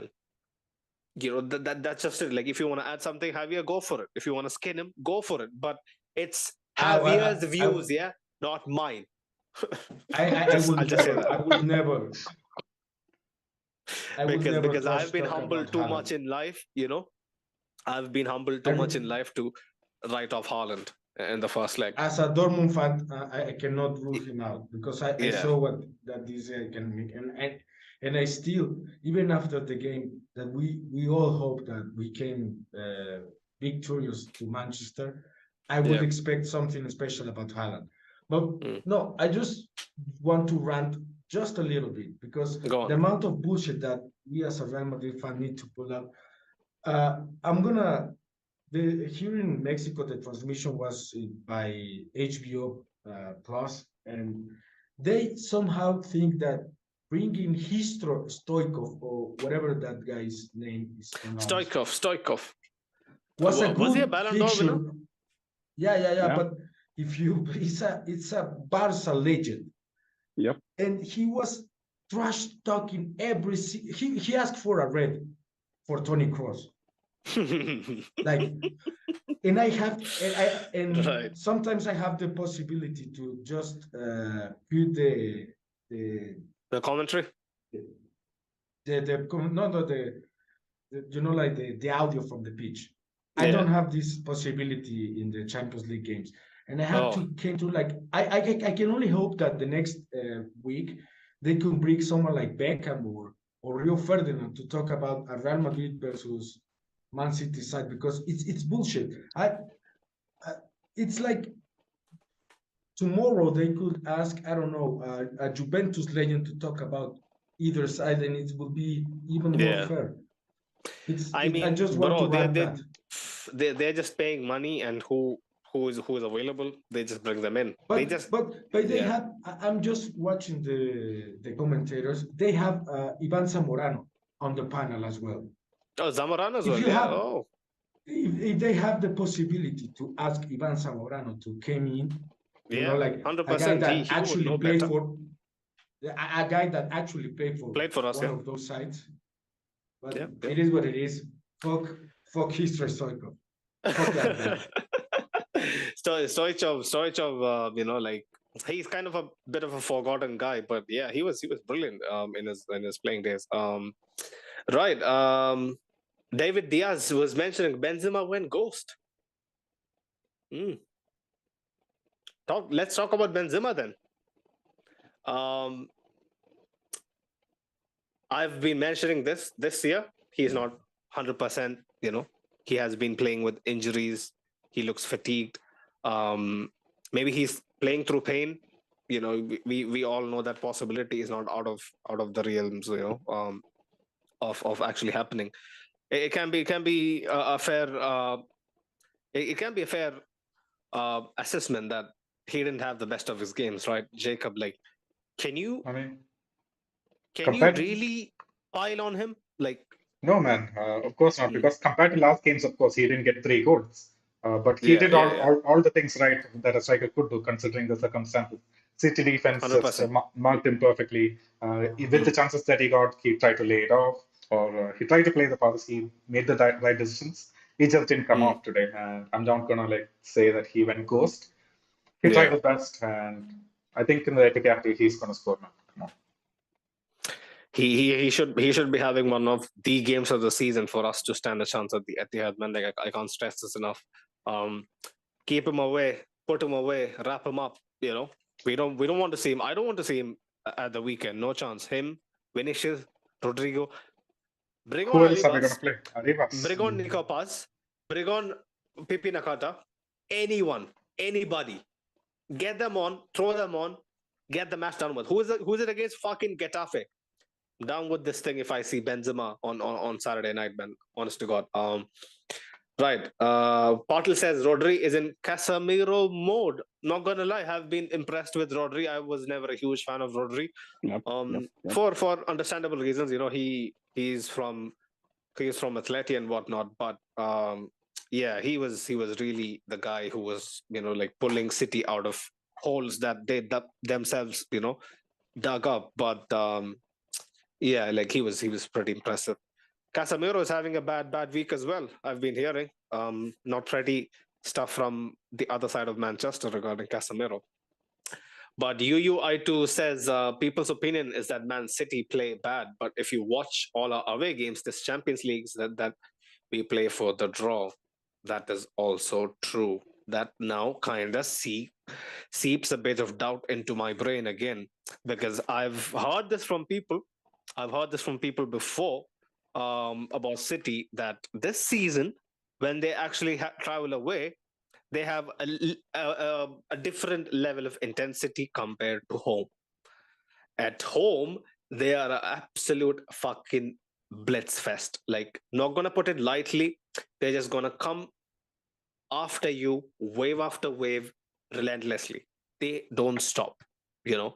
Um, so all those guys who will be watching City play at the weekend will see them play similar to the way they set up here, because Everton are battling relegation. They're not gonna, discount Everton's chances of actually nicking the game. They're gonna be a lot more conservative, and people are gonna be fooled thinking come Wednesday night they're gonna be shaping up like that. Like 100% not. Like City at home will play different. They'll be 100%. Like looking to kill the game off very early. So we gotta be wary, man. Right. Doris was saying last season we went to the second leg, 1 goal down. Now we are equal. Anything can happen. But people need to cheer up in general. Yeah. I mean, see, I'm happy, man. I said I'm actually very calm about the situation, but like this is a missed opportunity where I feel like after the second goal, after they scored the second, I mean after the equalizer, we had moments in the game where I think we should have capitalized. Like I've written down so many instances where like Rodrigo did some very good work. I don't know why like Nacho was sent on. Maybe we could have helped with like a lot more attackers being simultaneously on the pitch, but that's just me. Maybe Carlo played it safe. It's understandable. But yeah, man, a couple of other performances that I would like to get into. Who should I come to next? Maybe Farouk again. Bro, Fede Valverde. Some good chances here and there. That corner routine, a good shot. Yeah. But all in all, there was a very good bit of dribble that he did. Trying to nutmeg a Kanji down the right. It was pretty good. Like you could see he was really. What is the background noise, man? Like you see the static, right? There's heavy static from somewhere. Now it's gone. I hear it as well. I think it's from Jacob. Anyway, yeah. So that bit of skill really impressed me. Like like he was, like we all know, like 3 lungs, 4 lungs, 5 lungs. Fede was all over the pitch, man. What he does is so pivotal for Modric and Kroos, right? Like we just get to see Modric ball out, Kroos control the games because Fede does all the dirty work. Yeah, man. Honestly, definitely. Like the engine, of the midfield is definitely Fede Valverde, and not just even just the dirty work alone. Like as you said, the bit of skill here and there, and there was this fantastic ball into Karim Benzema where the cross! had, oh my god, that was so good, so good. Ooh, that was really good, really good. Yeah. So that's the thing. Honestly, like. Fede is, he's a player that is totally undroppable. Honestly, like no matter how much, no matter how low he plays, he always gives you, a solid 6.57. This is someone that's gonna drop his lungs on the pitch, gonna throw himself in the tackles, gonna do whatever is required. And actually, Javier was talking before about, I think he made I can't remember who he made the tackle on, similar to the one Bernardo did on Vinicius Jr. So that's the thing, man. The man just throws himself into every single thing and tries, to take the thing out. But Fede is not just about the dirty work and the engine room. Also, he's about the tactical house and all that. I was just only a bit more disappointed that he couldn't keep his shots on target or down. From I think there was one corner routine, and I think there was also another time where he also had the shot, I guess. So he couldn't, keep them down on target because if he keeps them on target, it's so difficult, to stop the shots. So yeah, man, honestly, I think it was a good performance without being spectacular from Fede Valverde today, I would say. I don't know if you guys will agree or disagree with me, but it was a good one. I was more than happy with his performance. I mean, it goes to show that he's not perfectly at 100% of his feet, you know? Yeah, Exactly. you could see, Exactly. Yeah. He was, for me at least in the first half, he was like so contained that so he conservative. Yeah, that yeah. yeah. I mean the role when I saw the liberty of Fede was in the second half, uh, because like I said, he's so physical dominant that Mm. he was like, okay, now I can give my 100, and I expect Fede to not play a single minute this weekend. Like I said, I mean, Yep. Carleto knows that he needs to rest him, and probably Alaba as well. But if you guys allow me, I will say that for me the substitution of Chouameni came a little bit later than Expected. Yeah, uh, that we wanted. that. It should be like right after the Kevin De Bruyne goal. The Yeah. substitution was somehow obvious, you know. Mm. Substitute um, who was Tony Kroos for Chouameni, and then the substitution of Modric for Camavinga. Well, sorry, Modric for Nacho, and the change of position. That's the idea that he was. If you guys remember, Carleto played with this change a few times in the past weeks. Yeah. I expect if I hope not, but if things go south in the Etihad, I expect this moment so much earlier because, like we said, the other possible player that can somehow change anything in the middle of the park is Ceballos, and I don't think he's gonna be fully fit to be even an option if it Yeah. goes to the extra time because I don't think either them or us. Think about the possibility of extra time. You know, like last time that we face off, we go to extra time. This time, like I think was Jacob saying, like, okay, last time we lost at the Etihad and we won at Madrid, but we go to the extra time. Sometimes we forget that we go through the final last time because Karim Benzema penalty in the 105 minutes or so. Mm. I could so easily go to the extra time once again. And Not ready for it, bro. I don't have the. I'm telling you, I don't have the. I don't have the temperament to survive that. Honestly, like, let's just. We have a couple more performances that we need to cover before we go. But let's just get into a few comments. There have been a lot of City fans as well. Would like to get some of their comments out. Ricardo, he's one of us. Nice to see you again, man. He says our performance wasn't that bad, especially when we started both Modric and Cruz. I would have taken the 1-0, but this draw feels like a loss. I hope I can be proven wrong, though. Yeah, initially that's what I felt as well. Like my immediate thought after, like seeing that both teams were kind of settling for a draw, I wasn't the happiest man in the room. I'm not gonna lie, but the more I think about it, I have this feeling of confidence that I didn't have last year. I don't know what it is. I can't really pinpoint it to one situation. Maybe it is the man that I hated the most, like Rudiger suddenly coming in clutch. I don't I know. think you're Like, confident in Vini, bro. You are so damn confident in Vini and Rodrigo. let's not jinx it, though. You cannot jinx Vini at let's this not point. speak much about it. I just don't You like it, cannot jinx honestly. Vini at this point. Fair. But I don't want to go along those route. Like let's just pray that Vinny, comes in decisive again. That is the great was saying. It'll take a miracle to go through in the second leg, but I'll never fully give up on the team till the end. Nobody does, bro. This team, this crest, the sensation. You can't fake it. You can't lie to yourself and give up. We never give up, do we? Lenny MCFC, nice to see you, mate. I hope you had a good time out. He says, we were less than perfect tonight, and at home, we think you're going to find it a different story, lads. Yeah, I've been telling all our guys, like what I've seen of City is that they switch it on at the Etihad. Like it's not going to be a surprise, 100%. He was also saying, think the ref was on Real side tonight. Lenny, bro, if you have seen football for like more than a couple of days, you'll know that the home side obviously gets favored. So when we come to the Etihad, we'll have to play the underdogs and we'll have to hope and pray some decisions go our way.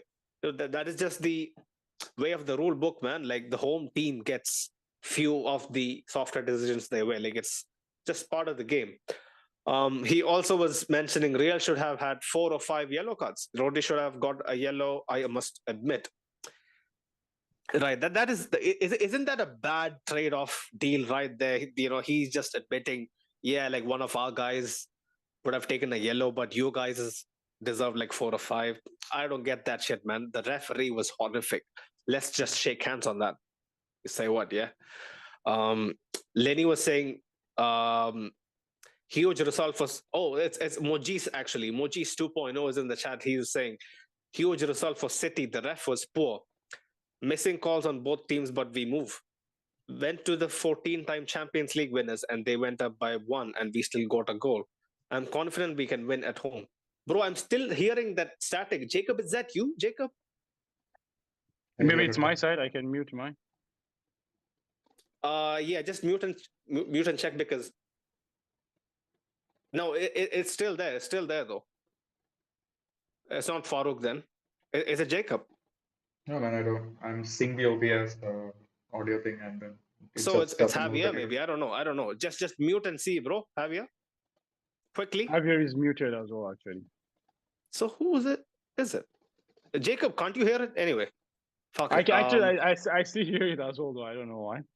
Yeah, Anyway. I can hear it as well, but anyway. Right.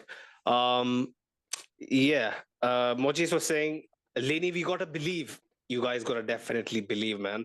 I'm telling you, you guys can be confident, rightfully so. You guys will be a different outfit next week, but don't discount us, mate. You know, like we have shown enough times that nobody really gave us a chance, even tonight. You know, what did Rooney say? They're gonna fucking blow them away. None of that is gonna happen. Yeah, go on, Javier. Would you allow me to add fuel to the fire? Go for it. Be my guest. We as a Real, to all the Man City fans and Real Madrid detractors that are watching us, first of all, thank you for your views. But we as a Real Madrid fans, we don't need to believe. You guys need to believe, because I need to remind you that the one that had 14 Champions League is Real Madrid. You are the closest that you ever been to beat us last year. You have 99% chance of moving on, and we still beat you. That being said, there you go. A lot of respect for this Man City side. A lot of respect Massive for respect. the Man City fans. Honestly, yeah. Because they play beautiful football. Yeah, they don't play anti-football, you know. So but if you try to say like, oh, you're so lucky to be here, no, you're so lucky to be in the same pitch as a Real Madrid. That's why we asked, you know, the leader of the Sharks on Friday. You know, people were commenting, "Good luck to you all. You know, you guys would need luck against our side." I asked Steve, and Steve said, "You know, it wasn't luck. It was just pure sheer determination to actually change the tide against all odds. You know, we just saw it out. Hopefully, we channel that same sensation next week against people who would want to eat us. You know, let's be honest. The Etihad would be on a different scale. You know, I think that it'll be the most raucous ever atmosphere in the Champions League. You know, next week they're going to build something special. We are ready for it, man. Nothing phases us. I'll tell you that. We might go a goal down early doors, you know, like what happened last year, but we'll still come back. It is as plain as daylight to see the minerals within this team. It is not normal. It is not normal for these guys to keep doing it week after week, year after year in the biggest of games. It is not a coincidence. We see semi-finals every now and then.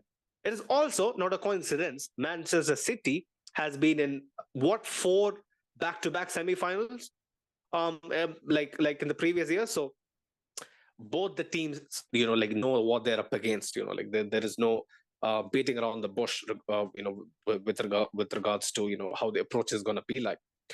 Mojis was saying, I think the aura of the Bernabeu got to the team. Right, we started well, and they got a hold of the game. But I'll say it again: I'll take a draw and take our chances at home for the second leg. Right, Lenny was mentioning, I take a draw in the end. Will be a different game at home. Yeah. I mean, I can't fault them. Honestly, like it's only fair, like they can be confident they're at home. But let's take a break from the comments. Yeah, another big performance, Alaba, man. I've been a huge advocate of his return to the first 11. Jacob, walk us through it, man. Alaba brings in so much that we can't really quantify. Why does it look so much more calmer when all chaos ensues? Alaba somehow seems to be the guy that is there at the vital moment every time.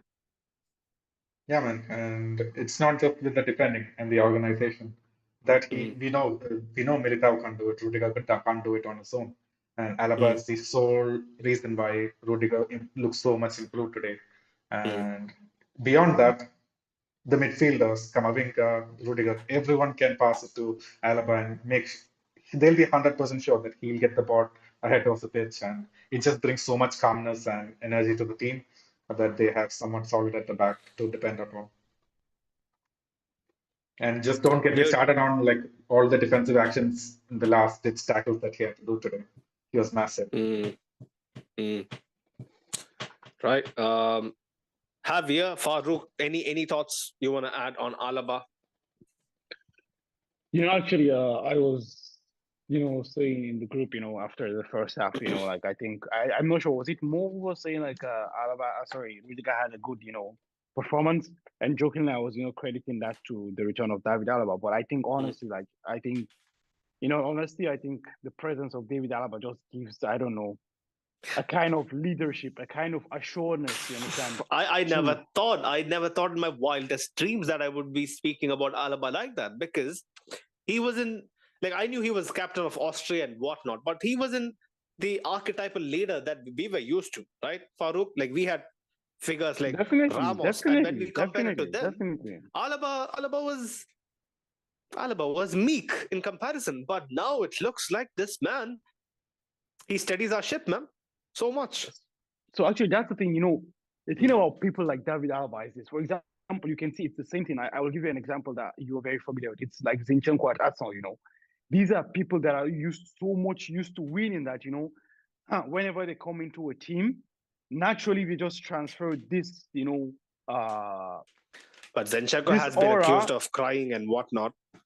I've heard, like, sometimes, like, because cracking under pressure because you cry doesn't mean like you're a bad leader, bro. Like, you make mistakes in games doesn't mean you're a bad leader, bro. Like, the point is, I'm just putting it out there, There's no agenda here, bro. It's chill, bro. Like, what I'm saying to you is that anyone, for example, I can't remember which of the games, but one of the games Arsenal was 2-0. I was against Southampton. They were 2-0 down in 14 minutes.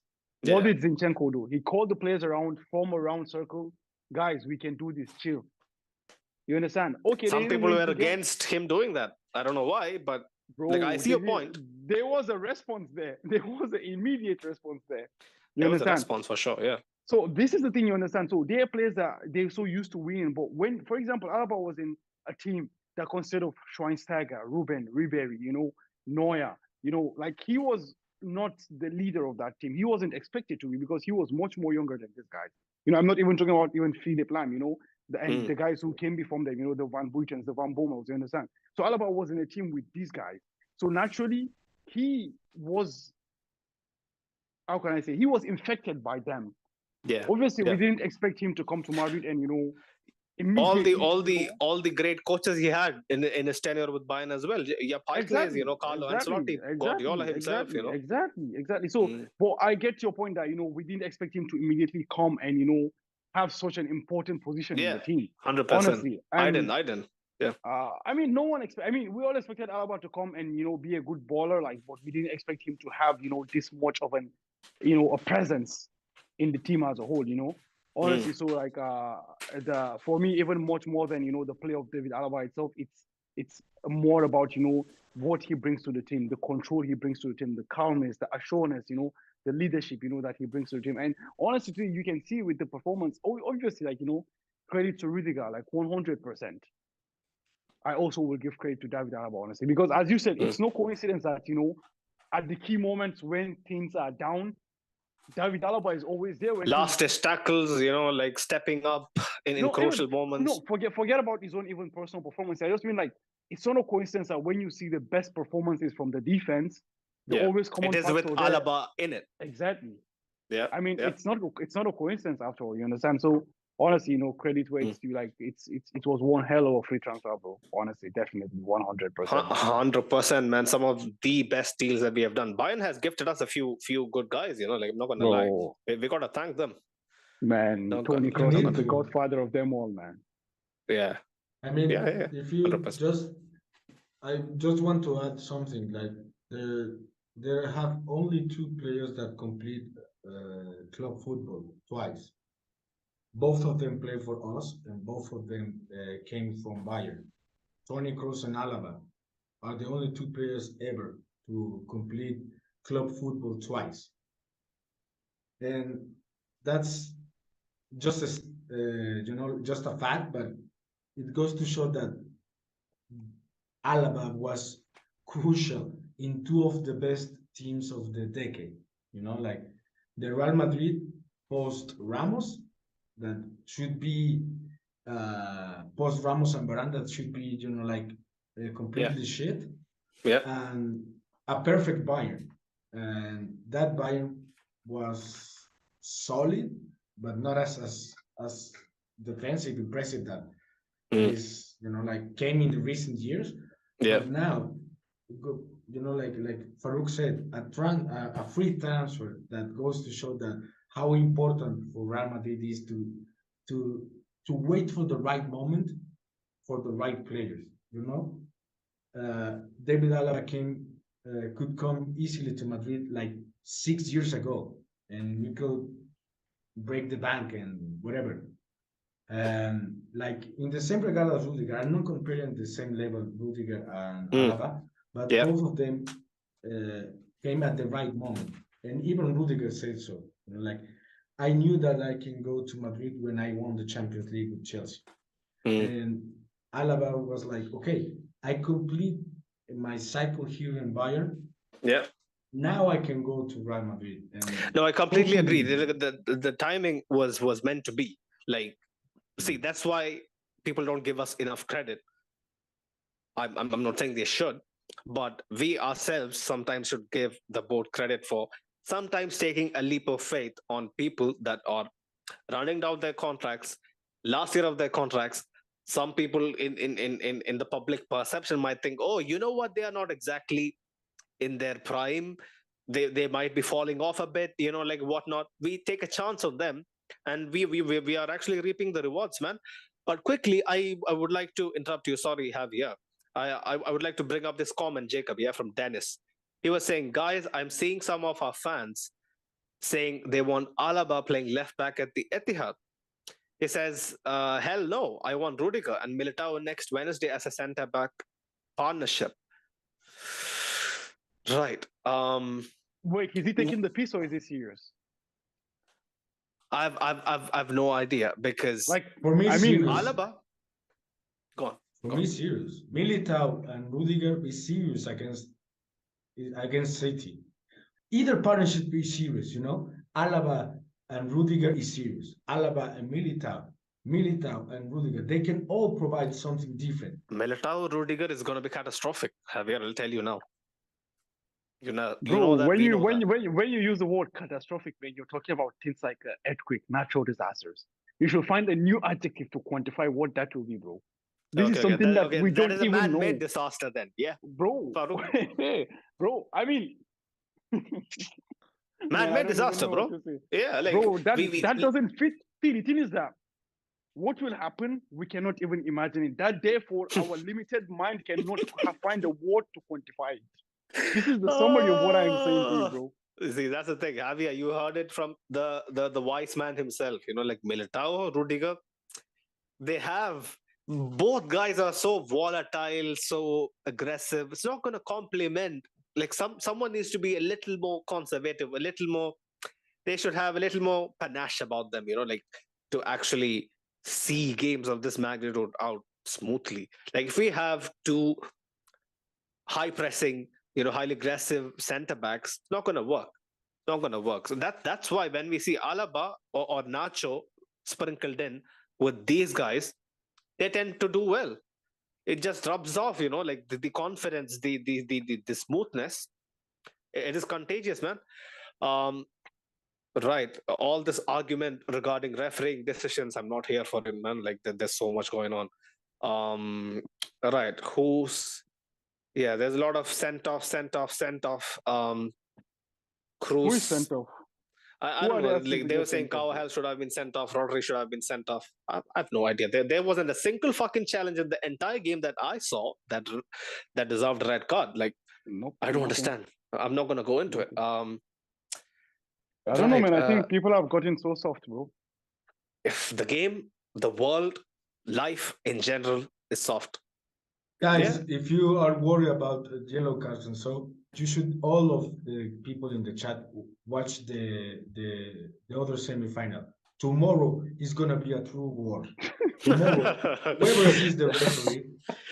The Derby del Milano, like it's like what Javier said, like it's gonna be wild, 100%. Like it's not gonna have the mutual respect, or all the pompous that we had today, Kings versus the Sharks, blah blah blah. It's just war tomorrow. Yeah. Bro, honestly, I don't want to jinx it, but my dream final is Milan against Real, bro.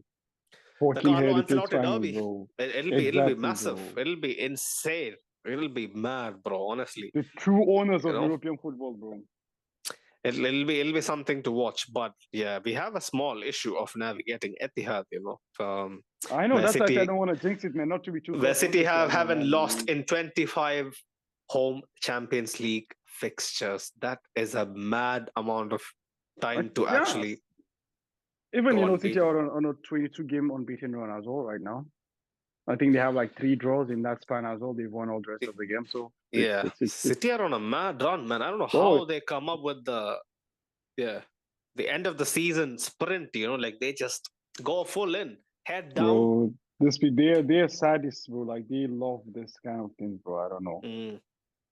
Honestly. See, like Steve, all the City fans, they used to tell me, like when you have so many days to sit and think about a fixture, your heads drop, it plays on your mind and you can't really do well and whatnot. They used to tell me, like having a game every 3 days makes them feel at their best and whatnot. I just pray to God that, Everton does a job on them. Like even if they don't win, they just hardy them, and kind of make them work hard for a win on Saturday night, man. Honestly, like the more City are kind of fatigued and dragged to actually see out a result on Saturday, the better we would fare. Because even though they're at home, we are traveling, their minds will be fatigued, their body will be fatigued. Obviously, like every top team, they'll find something within themselves to rise up to the occasion. They'll find their juices, 100%. I have no doubts about that. But like we saw today, there were moments in the game where they think they are untouchable. That is what the only thing that you guys should be worried about, City fans. Yeah, we don't have that. I'll tell you the reason why we went through last year again after the after the game and the post match. I was screaming for 20 minutes, saying this very same thing. You guys sometimes needs to be a little more humble. You guys are in the filthiest, the dirty players, the players who don't actually want a ball, right? But this overconfidence, get that out of the game and you might have a real chance. But if we see stuff like we saw today, I'm afraid, like we are going to do a number on Newman on Wednesday night. Ducks fan 99. That is a unique username. He was mentioning bottom line. No one marked KDB, and that's why he scored. 100%, man. 100%. I was screaming, man. Why is he left alone? Why is he left alone? Danielson was mentioning. Not gonna lie, Benzema was ghosted tonight. Yeah, Hawkeye was actually posting this in the chat as well. Breaking news, by the way, Haaland's father got escorted out of the Bernabeu for throwing food out of the private box. There you go. So yeah, like if they're rattled, I'm happy with it. I guess job done, Even if it's a dad that is rattled, it'll feed through, man. It'll seep through. Just give it time. Right.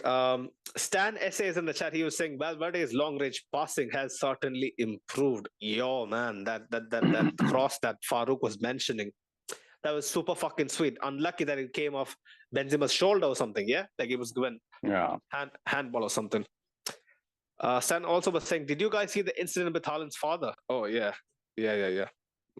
So everybody's talking about it. I guess that's pretty much all the comments that we would like to get to. Any other performances that we missed on? Something notable? Thibaut. We don't talk much about Thibaut for new guys who are tuning in.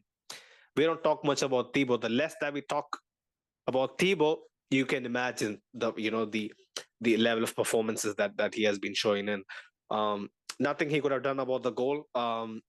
Had some early shots, pot shots, I must say, that he had to deal with. Dealt with them comfortably. Some nice punches here and there. Usual Thibaut, solid outing. Modric didn't look like himself much. I think the injury is a big handbrake for him. Javier, quick thoughts. Modric, someone we didn't touch upon much. Modric and Cruz, you could we said, combo it. He just came out of an injury. Like I said, I expect everyone to rest this weekend. Yeah. And for me, it was a very good game by Tony. Like solid game by Tony. And like you said, Modric, for the second half was particularly good. Nothing special, but a good game. If you just allow me, I just want to point that out that Rodrigo came, I expect a little bit more from Rodrigo versus Akanji. Yeah. It was a easier fix than Vini versus Walker, and I don't saw anything about Rodrigo. He can create so much football, and I think he can improve his game for Wednesday. Just that. Rodrigo had some really good moments, some very good dribbling, where he just went past people whenever he wanted to. Like I was pretty impressed, but yeah, he was a little too anonymous for my liking today. He tried his best. Yeah, Jacob and Farouk, man. Who wants to go first? Cruz, Modric, Rodrigo. We have to talk about all of them. Yeah, we'll just combo it up because we are like almost 2 hours into the post match. Yeah. So Cruz, I'm just gonna rate them on a 1 to 10 scale. A solid 7 or 8 out of 10. Modric maybe a 5. He did lose out the ball quite a lot, but it was understandable. So I'm not gonna get into it. Rodrigo, I feel like he did a fine job, man. I'm gonna give him a 7 out of 10 as well. He wasn't there positionally when Valverde pushed up the pitch. Maybe he could have supported Valverde a bit more to make things happen. But then he was stuck with defensive duties, I guess, today.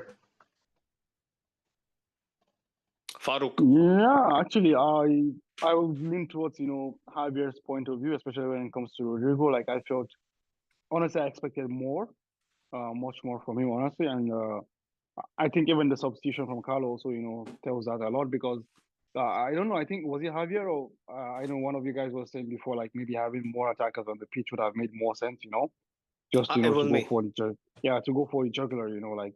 But the point was, honestly, I just felt like there wasn't that. I don't know if the right word would be productivity, but I didn't feel that productivity from Marco Asensio tonight, honestly.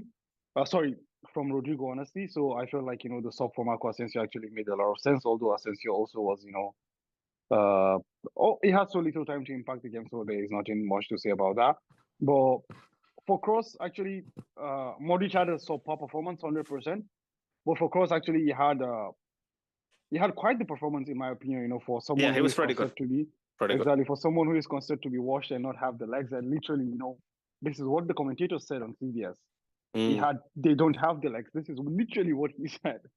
You know, so They're stealing quotes from me from last year. Bro, I told you trademark this, man, and you'd have made money from this. But then this is what it is.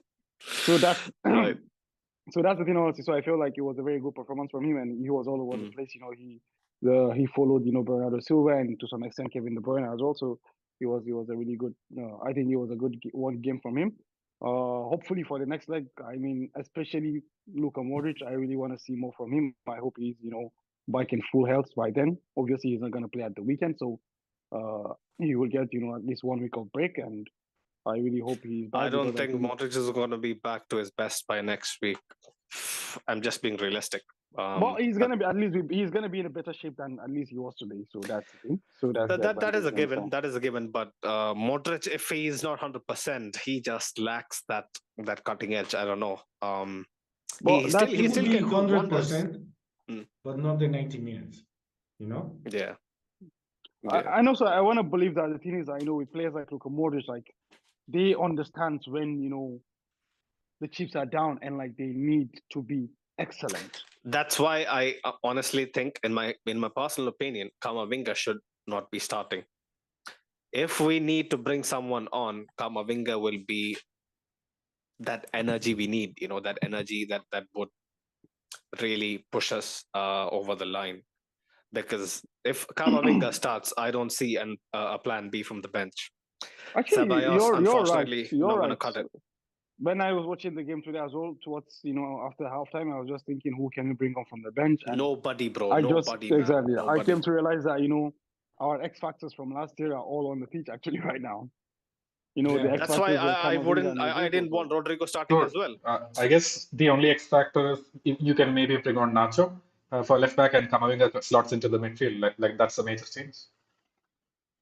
But then Camavinga doesn't have that much energy anymore. So it was saying, you know, when that happened in the game, you saw in stark contrast to last year when Nacho came into the left back position, Camavinga was huffing and puffing to make it up and down the pitch in midfield. So that is a concern. Like, he's 20, he has the lungs, he has the legs, but we got to manage him, man. That's why I'm in two minds: the Nacho decision and the Fede decision. Right? If Fede doesn't start in midfield, starts out wide to give us a bit more solidity, who starts in midfield? Chouameni has been impressive. That shot, chef's kiss. That was so fucking sweet. Like, Ederson had to make a change, a mid-save, mid-flight to actually get to the ball. So we do have options, but what we start out with next week is going to essentially decide that time, man. Like, I really don't know how it's going to go. Bro, let's not get into that. Like, I have comments, but I think let's just reserve the comments for whatever time we get to the preview. So let's not go into the preview of the second. No. I'm just giving you early thoughts. That's it, you know. Yeah, that's it. Go on. We should try to end the game in the 90 minutes because, like I said, the depth in the squad of Man City is better, and like you both said, like we lack of someone out of the position to change the game. You know, probably Asensio could do it. Yeah, probably Ceballos could do it. Yeah, but I will not bet my eyes on the fact that Foden or Grealish or Mahrez, someone like that could easily, or even Julian Alvarez. It's better also. Exactly, Julian Alvarez for sure. Alvarez is going to be a problem as well. They might start together. I don't know. Pep might do something mad, man, next week. He ain't starting them together, bro. He ain't starting them together. I don't think he's going to take that, bro. Let's see. We have seen. What I don't see, I expect Foden to start the next game, honestly. I expect Foden to start. Foden. Mahrez also, maybe. I think Mahrez is going to be honestly, I don't know. I just expect, you're right, though. Either Foden or Mahrez, I'm expecting them to start in the next game, honestly. So that's actually, I'm a bit skeptical about, you know, playing Camavinga there, because the point is, these two are very tricky and pacey players, you understand? Like Bernardo Silva, he's a fantastic player, but he, you know, he offers He's a something different. midfielder, basically. Exactly. It's similar to what Freddy gives us as well. Understand in the league, he gives you the industry, the hustle, and the puff. He's also a very technical player. But when you come up against a direct tricky winger, especially that fucking Mahrez, bro, the man will leave you in the dust in a puff, bro. And they're so fucking quick, I can just envision it already. Mahrez trying to cut inside, Camavinga puts in a late foot out. Pen. It can happen. So yeah, like, in my opinion, Nacho would be the better shot. But yeah, we'll save it for the preview. Yeah, big up all of you in the chat, man. Over 20, 30 odd of you were here.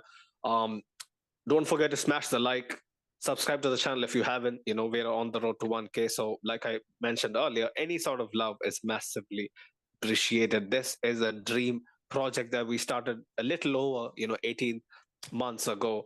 To make this happen consistently has taken a lot of sacrifices from us in our personal life, in our work life balance and whatnot. So yeah, man, super humbled by all the love and whatnot. Massive respect to Steve and his army of blues as well for showing so much love for the preview. It is our best ever performing video in terms of likes, views, anything. I think it has beaten every fucking record we had in the books out of the park. Also, massive love for our listeners on audio platforms on Spotify. We are, I think, a couple away from 700 followers. So if you haven't smashed the follow button on Spotify, make sure to do it. If you have a friend who is into listening to sports podcasts, La Liga podcasts, anything, recommend it to them and earn us a few subs, man. Yeah, tell a friend to tell a friend. Bro, like, if we hit 1K, it'll do the channel so much, and it'll actually facilitate us to be a lot more proactive in actually engaging with all you lovely fellas. But yeah, man, we have a few things planned in the pipeline. I don't know how exactly it's going to pan out once Steve is back from Madrid. Hopefully we'll be having him on again for a preview on our channel.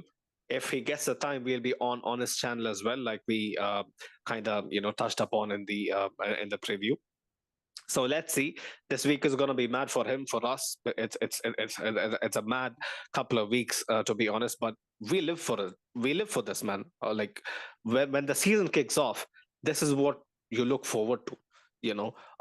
Times in May where your season is still alive, still kicking, fighting on multiple fronts. This is all I ask from this team, man.